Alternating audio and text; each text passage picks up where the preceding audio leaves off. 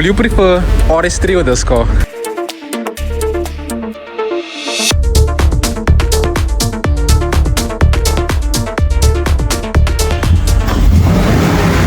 Yo, what's up guys, welcome back to another car guy video. Welcome back to another POV test drive video on a 2013 Audi RS5 with a 4.2 liter V8 motor. Guys, this is the first time I'm gonna drive a V8 car on this channel, and we're here with Jason. He's the salesperson. He will be assisting me with the test drive on this car. We're gonna look at the exterior, the interior. Stay tuned and yeah, let's have a look at this car.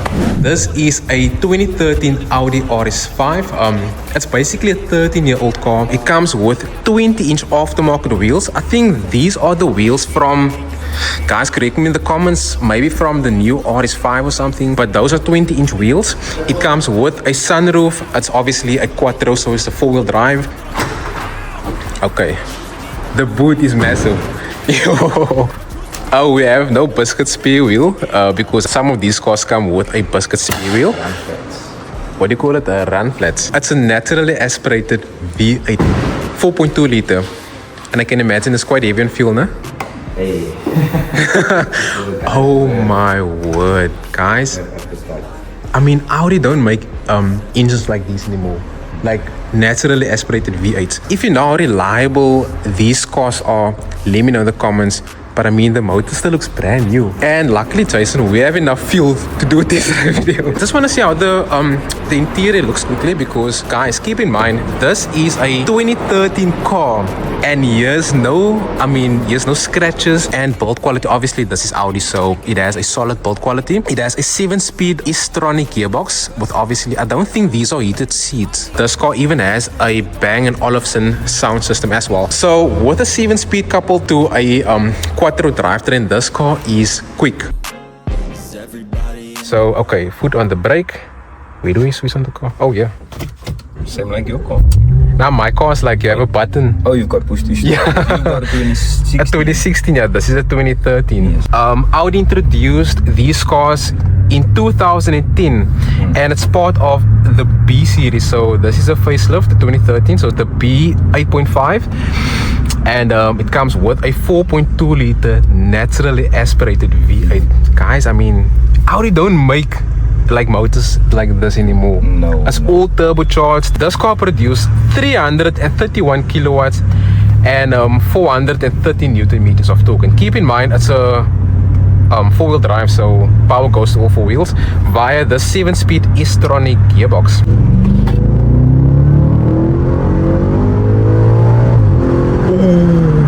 Yo, bro. Okay.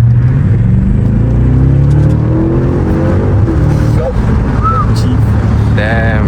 Now we've got a fair competitor. Oh my word. We've got a fair competitor here. Beautiful, look at that dance. Oh my word. Guys, a wrap. Third gear manual. Flat foot.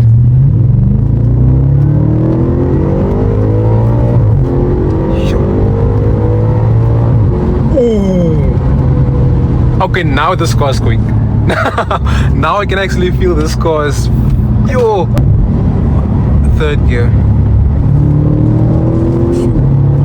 Damn. I think with this car, because it's four-wheel drive, you feel more confident, man. Yeah.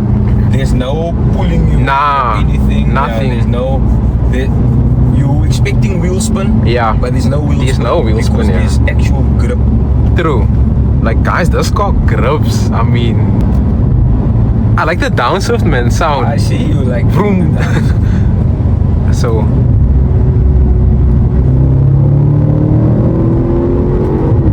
yes. Oh, even that little that quick pulls, I love it. this is crazy.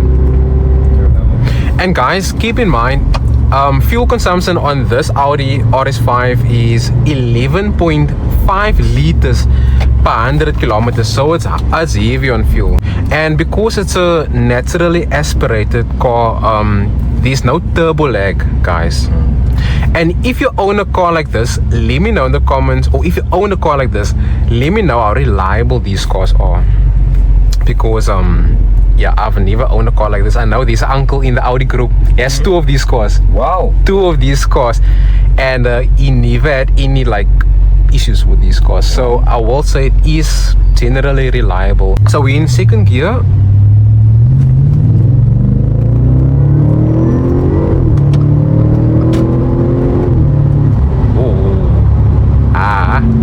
Nah, that's more fun to do, man.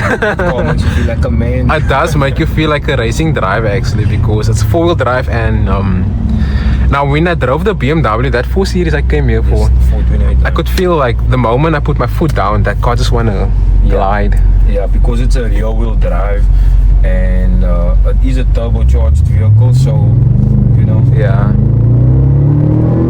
Okay, yes, cameras here. They don't wanna drive too quick. But guys, honestly, my honest opinion, this car is quite powerful, and for the money, yeah. Oh yes, a traffic cop. Yeah. For the money, you get a 4.2 liter V8 naturally aspirated. Audi don't make these cars like these motors anymore, and it comes with a full service history. I mean, guys, four-wheel drive Quattro, you can't go wrong with a Quattro car. 100%. One of these days, V8. Yeah, it's gonna be is going to be eradicated because the world is moving to electric cars. But yeah, guys, all thanks to Jason, I mean, for making this. We were supposed to drive a Golf R today, but unfortunately the car got sold. Whenever you guys have another quiet car, then I'm gonna come back again. Don't worry, you know, I always hit you up. Yeah.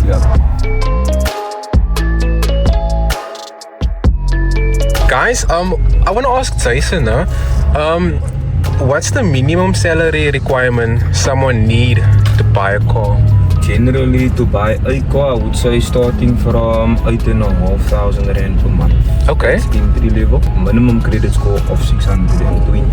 They'll be able to qualify for vehicle finance with that salary and credit score. Yes. So is there any buying advice you can give people that's trying to buy the first car?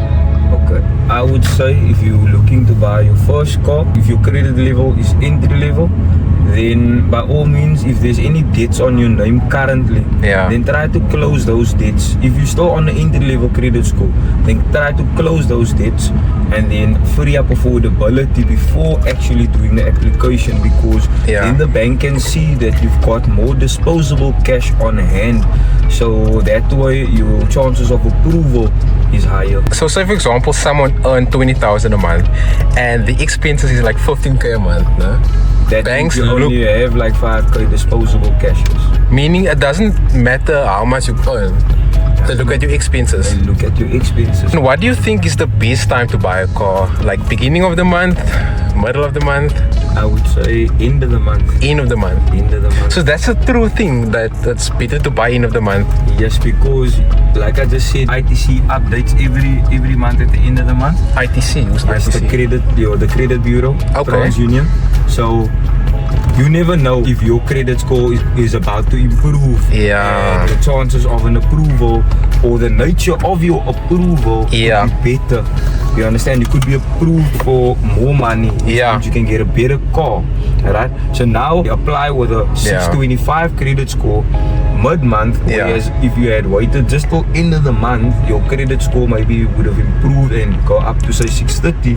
Then you could get a better car. So credit is very important when buying cars, when financing cars. So guys, all thanks to Jason for making this POV video possible on my first ever V8 car that I drove on this channel. If you like the video, give it a like, subscribe if you're new, and his number will be in the pinned comments, also in the description box down below. Guys, I'll see you in the next video. Peace out. Guys, this car is so big, it's trying to fit between two other Audis.